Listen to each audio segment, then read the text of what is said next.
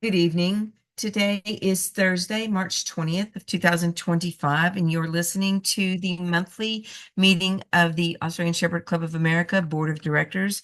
Those in attendance tonight are First Vice President Jerry Scheit, Second Vice Donna Sims, Secretary Tanya Johnson, Treasurer Diana Williams, Directors Jan Weeson, Ann McCabe, Jillian Ward, David Clayton, myself, Susan Byrne, and our Executive Secretary, Calla Jaco. The item on the agenda up for discussion the financial report from our Treasurer, Diana Williams. Diana?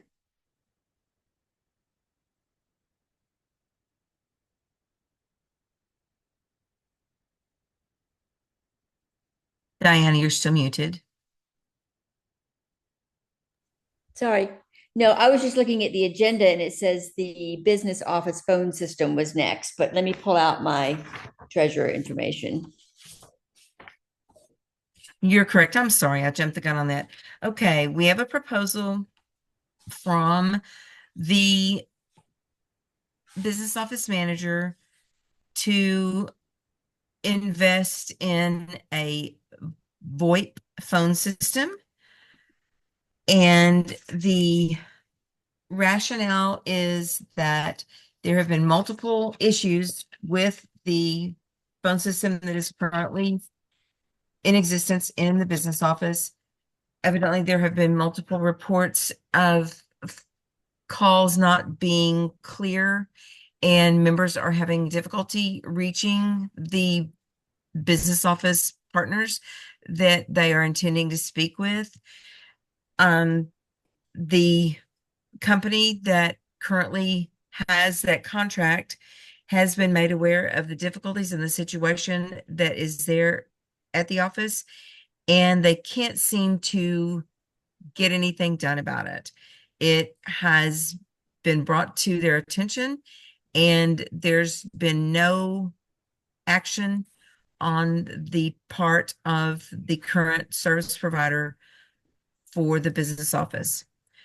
The following rationale is that with a VoIP system, it would maintain clearer communication with the membership between the um, employees and those members that are calling in for help or whatever they may be calling for if they need assistance.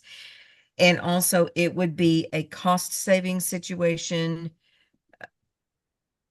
is what is intended to be.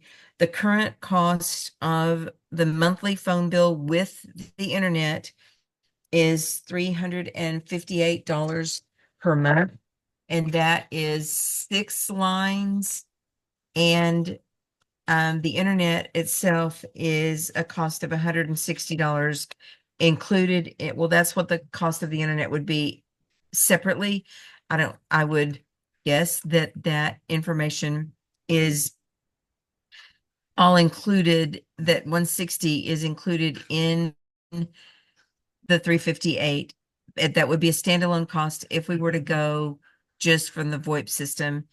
Once the equipment is installed, the monthly cost would only be the $160 for the internet, and then the cost of the phones would be $77. So the installation of $500 plus the equipment cost of $3,300 basically would take us 32 months to break even. There would be a little bit of a savings, but of course, with the cost of the installation of the equipment, there is that balancing act. So at a savings of approximately $121 a month, it would take us 32 months to effectively break even with what the investment would be. Yep. So does anybody have any questions or concerns on this situation? I know we talked about this earlier, and the concern was that we would be allowing or asking the employees to utilize their personal phones to be able to retrieve calls that if they happen to not be in the business office, that they would be using their personal equipment. And there is a clause in the employee handbook that addresses the use of basically the non-reimbursement of personal phones or equipment in the conduction of ASCA business. So that seems to not be a problem, and it is covered in the employee handbook. Anybody have any discussion? Diana, Um, I guess, how old is the existing system in the office? it's about 7 or 8 years old. Okay. So, and this new system is going to take us 2 years, 8 months to pay for or to break even with it. And then it does have a warranty, I see, on the existing system. And I understand the existing system is by the same company as this company of the new proposal. Is that right? Or the same provider is what she said in her email? It would be the same internet provider. Oh, the same internet provider. Okay. So on the existing phone system, I know the area where the office is low. I know it gets wet a lot there. I'm just worried. Okay, I'm all for upgrading and things like that and buying new versus buying used because you can also buy used phone systems. And I don't concur with that. I'd much rather would have new. But I don't want to see us get into the position that we put in these new phone systems. And if the wiring is bad outside or in the walls because of the mice, you've had mice before in there, or because of the water and the lowness, are we still going to have the crackling? I mean, I've talked on the phone there before, and I do understand their concerns. It cuts in and out sometimes. But has the wiring been addressed with a new phone system? Are we getting all new wiring inside and out or just inside? Because it probably will come with its own distribution center that has to go in a closet where all the phone wires are attached back to it. I do not have the answer to that question. That was not information that I sought, and it was not provided. So I can certainly, we can ascertain that before we make a decision on this situation. Um, all the information that I have is in the Dropbox with Since we're going to be the there proposal. Thursday I and think we it's just, right at the end of the month, I think we address this pretty early in our meeting so that we don't miss the opportunity for this pricing if there's a deadline on this pricing. But I'd there's, almost feel better asking questions in person and walking through it and going through the whole um, semantics of all this. I'm in full agreement with that. Excuse me. I will notify the business office manager to get some clarification on the wiring of the new system versus what is currently in place. So effectively, this topic will be moved to the agenda for our in-person meeting. All right. More information is needed. Thank you, guys. So now the next item on the agenda is Diana's treasurer's report. I'm so sorry that I got out of line. Thank you. Go ahead. That's okay. I was just looking to make sure I wasn't didn't mute myself back. Okay, so as you all have probably read my emails, I only received February's bookkeeping reports about 5 o'clock this evening. That was not enough time for me to thoroughly review all the reports, make sure I understood the charges, the income, where it went, where it's coming from. I do like to, you guys may not know it, but I do review this stuff before I give it to you.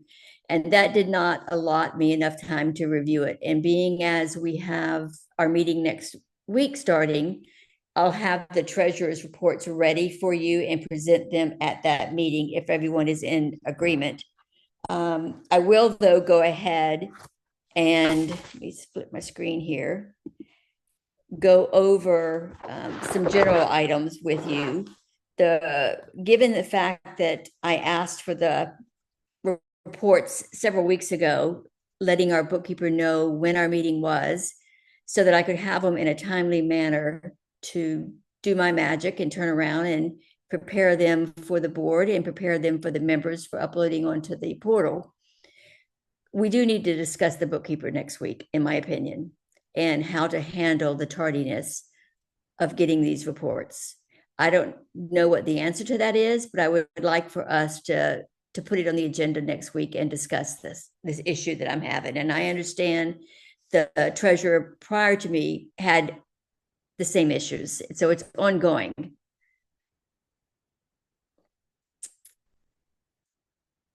So that's that. On the account balances, I did send you over my little monthly cash at a glance balances. You can see the checking account has 163,947. The wire account still is holding at $100. The savings account is 34,458. The AEMD is 8,448. The foundation account is 72,571. The 25 nationals account has a balance approximately of 18,230. The 24 nationals account is now at 108,877. From what I can ascertain from looking at their ledger, it's probably going to finish out around the 106 price range, value range. In the Vanguard accounts, the savings account has 117,666. The AEMD has 40,474. And the foundation account still is holding it at the $22.47. I will let the board know I was successful in opening up a fourth Vanguard account for the foundation, properly under the foundation's name, along with the correlating Chase account. I should know, hopefully by the time we get to the spring meeting next week, if that is in operational, so that we can start transferring AEMD funds, foundation funds into that account and start gaining interest on that at 4.5%. Actually, the interest is down to about 4.3% right now, but still, that's better than not getting any interest. With regard to the AEMD account, the Nationals 24 did pay AEMD this year. I want to say it was, I did put it at the bottom. It was $1,753.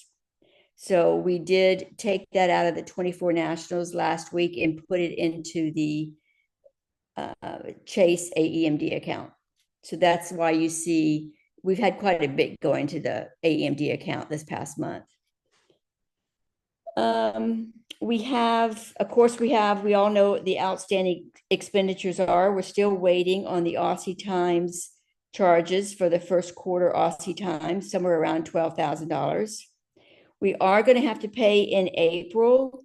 I think the company is called Deal. I don't know if that's a man's name or a company name, but they're acting as our employer of record for the developer for the computer program.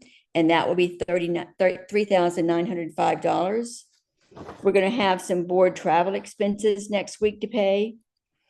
The office manager has advised me that she's looking into purchasing new certificates and the gold stamps, whatever she puts on these certificates she mails out. She usually spends between $2,500 to $2,900.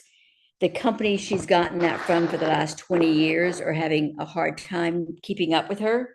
And they're getting older. They're having excuses after excuses. We discussed online printing companies, and there's a slew of availability out there online now. So the office manager is going to look at options for bringing that cost down.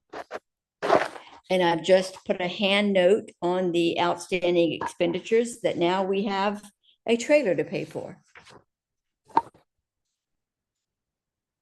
And that's all I have for right now. Let me look real quick at my notes I kept. Yeah, that's all I have right now until we get to the spring meeting. Any questions? Jan has her hand up. Oh, I didn't see that because I was on my Oh, word. maybe she didn't have her hand up. I'm not I sure. did. I Jan? did. Okay. The reconciling of the 2024 nationals that it was supposed to be done January or February. It was Have we supposed to be seen done that? by the end of February. It is not done. Sadly, I went on to QuickBooks today and looked at the account. The account is sitting there with 393 transactions to be approved and posted, which is pretty sad. And that's part of my reason I want to talk about the bookkeeper next week. Thank you. Jan, did that answer your question? Yes, thank you. Oh, okay, great. Does anyone else have any further questions? Okay, since we really have through no fault of Diana's, since we really have no treasurer's report to approve, we will take care of that point of business next week when we are together, and that way she has an opportunity to review the balance sheet, the reconciliations, and all of the documents that should be being received by the treasurer in a timely manner. Okay, the next item on the agenda is for Mr. Clayton, and it's a registration policy update. David? Yeah, I was going through our registry rules and I was realizing there needs to be some housekeeping done there because there is some stuff that needs to be removed just as a housekeeping issues. But there's some definitions that aren't real clear. For example, it says the primary owner, the primary owner, the primary owner, as far as signing things and doing things. But then later there's an inconsistency that says all the owners and co-owners have to sign. And this is repeated kind of over and over again. And so I was going to see about getting permission for the board to review this with some other people. I got to page 5 and I had about 2 pages of potential corrections or clarifications that probably needed to be addressed. So I wanted permission of the board to look into that. And if anyone else was interested in looking at it with me, that we could kind of do a review of that and try and update a few things because times have changed. And as we have seen multiple times on the board, some of the conditions of some of the registrations that we've been dealing with have changed. So in moving forward and trying to update ASCA to be a little more up with the times, I wanted permission to go ahead and look at some of those and make some suggestions. I think that's a great idea. Anne, you have your hand up. I think that's a wonderful idea, David. And there were things just recently that everything in the registry rules is hard copy and mailed and everything like that. And we just approved an email from Europe, and why can't that be an option? So I think that it is. I've done what you have done with other rule books. I think that's a great idea, and I'm happy that you took a look at that and realized that there's an issue because it'll make it easier for all of us. Yeah, it also may allow some dogs to become registered by kind of updating some of these rules that they can't currently be registered. And we've seen some of that over the last, I don't know, year that I've been on the board. Some things have come up multiple times. And, we do need to have a very strong registry. And, every time you exclude a dog from registration, this is magnified out, right? So, we need our registry to be strong because it also allows us to have all our programs. Yes, agreed. And Calla has offered her assistance in this. And I think that that's great because she has everything on, you know, in her files and in her computers and our computers. And so she has that access to be able to make some edits if they're to be made and voted on. Diana, you had your hand up for a second, but then you pulled it down. Is there anything you want to add? You good? Okay. No, ma'am, I'm Excellent. good. I was just going to ask David if he had his chat open and was all, and you took care of that. Okay. Yes. Thank you. Okay. And David, you'll just let us know what you need on that. And if anyone feels like they have extra time and would be willing to help step in on that, I'm sure, you know, a couple of more eyes would be appreciated. So thank you guys. And thank you, David, for taking the lead on this deal. All right. And the next item on the agenda is the System Liaisons report, and that is Jillian. And I just lost it. So hang on here. It's somewhere on my computer. Here it is. Okay. All right. So there's a lot here. So I actually wrote it all down today. So it's going to be more efficient that way. So to bring you up to speed on what each member is working on right now. So we have two programmers now, remember? We have the one overseas and then we have one that's local. So programmer one is the one overseas. She's working on the puppy and individual dog registration. It's almost done in staging. Working on membership renewal, reminder emails. We'll work on making member inactive and database cleanup. Programmer two, who is brand new, not new to the program, but new to us, she's working on getting the sent work started. She's downloaded it all and she's viewing the code and working on the next steps. The webmaster is working on the judges list. It seems as though when it was moved from ADMS to the portal, the list of inactive judges, they were not pushed as inactive. So there's about 500 records that she's having to go through to update the status of each judge. And let's see, the next thing is the IT report specialist is working on the points schedule for next year, tweaking agility, and stock dog finals. And then there's another IT specialist. Now these are committee members, volunteers, has added plugin to the judge directory to be able to get more information on the front page. So that's what those 5 folks are working on right now. This just recently came up. There was a inquiry that came in from a member of the Agility Committee that prompted this conversation, and we will get to the status of that particular motion near the end.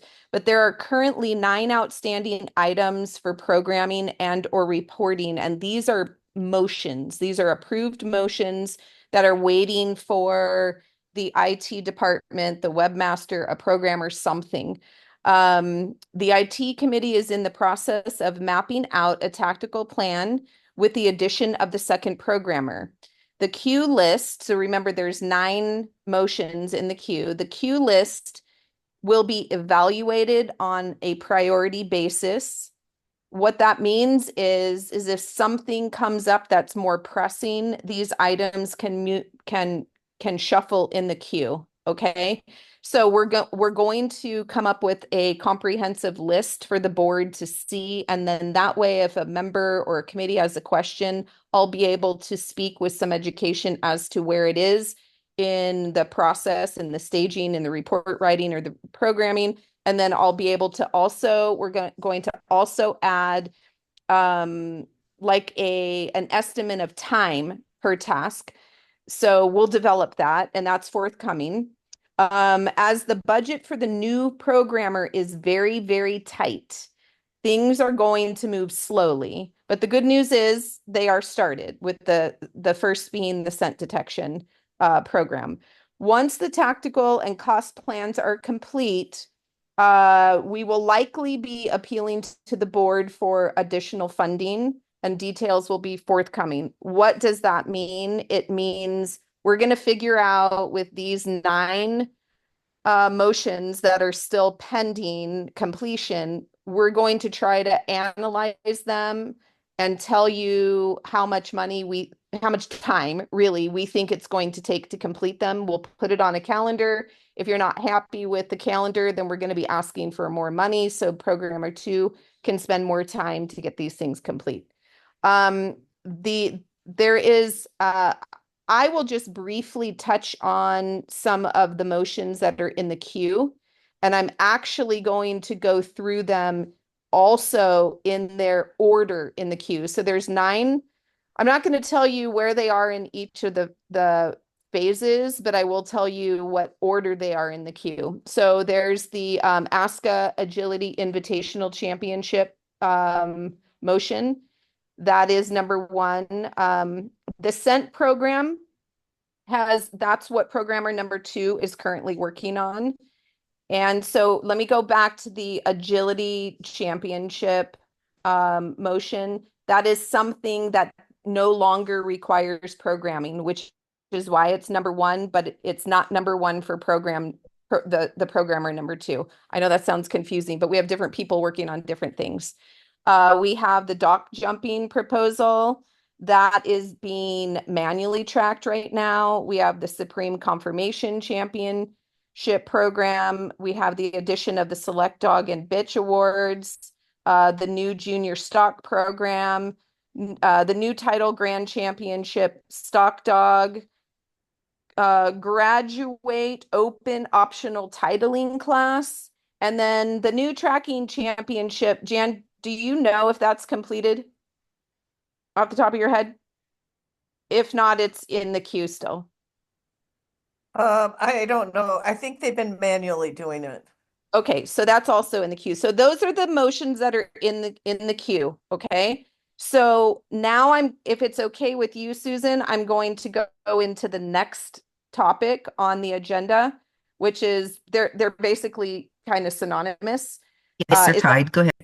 Is that okay? All right. So as I said, the first thing that is in the queue right now for the webmaster is the ASCA Agility Invitational Championship. That was an inquiry from a recent inquiry from the Agility Committee, and I really appreciate that came in because I was personally, as liaison, unaware that there were 9 items in the queue. So thank you for making that inquiry, because now it's all bubbled up to the top. So as far as the update on the invitational, this item is now in the reporting working stage.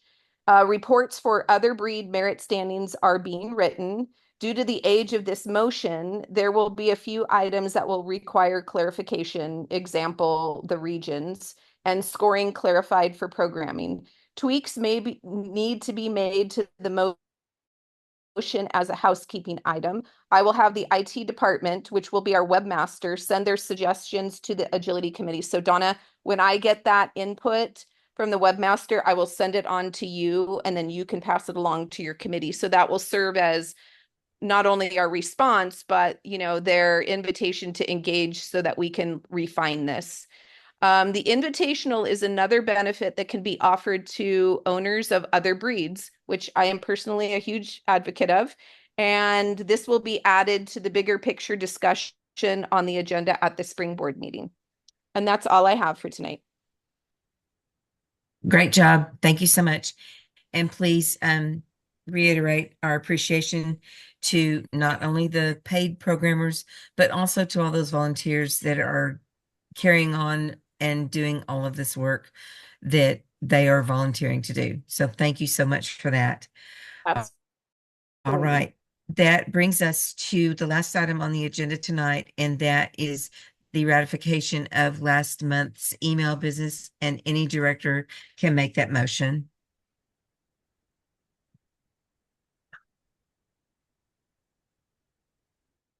Anybody? This is Tanya. I move to ratify the email business from last month. This is Thank you, Diana. Tanya. I can second that. Thank you so much. Okay, we have a motion on the floor to approve the email business from last month. Is there any discussion? If not, I'll call for the vote. All those in favor of the ratification of last month's email business? I, I, Aye. Aye. Any opposed? Any abstentions? Motion carries. Okay, that concludes our meeting for this evening.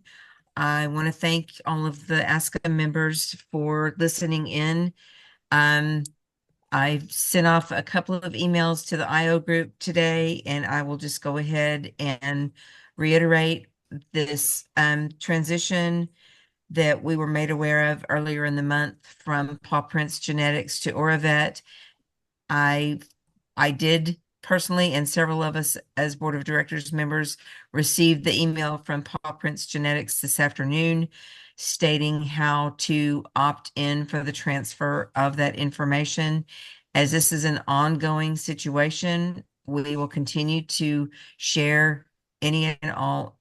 Oh, Diana still has not gotten her email. That is interesting. Continue to share whatever information is coming available with that situation.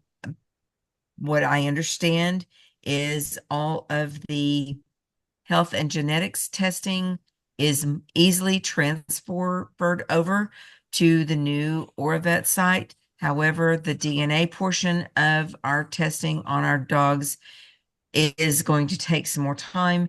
And so I'm going to ask that everyone please be patient with that.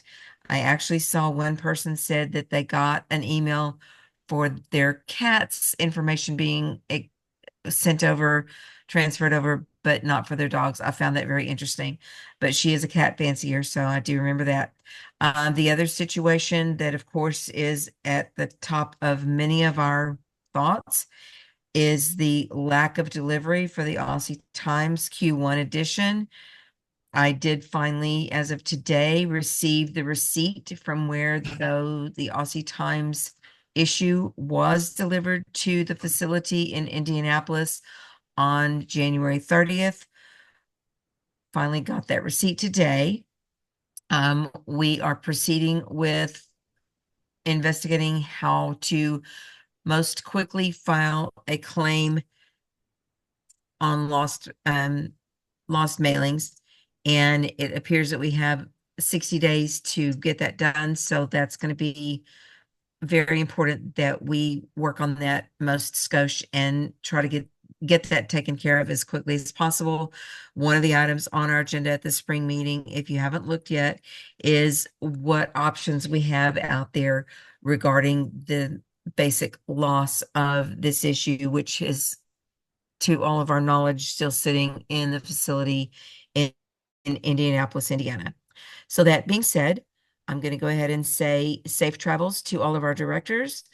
Thank you again, members, for listening to our meeting this evening. As always, you can find our contact information on the webpage at ASCA. And if you have questions or concerns that you would like to address with us, please feel free to reach out. And on that note, I will say good night, everyone, and see nearly everybody next week. Safe travels to everyone. Thank you so much for your time this evening. good night, thank good you. night, thank you. Good night.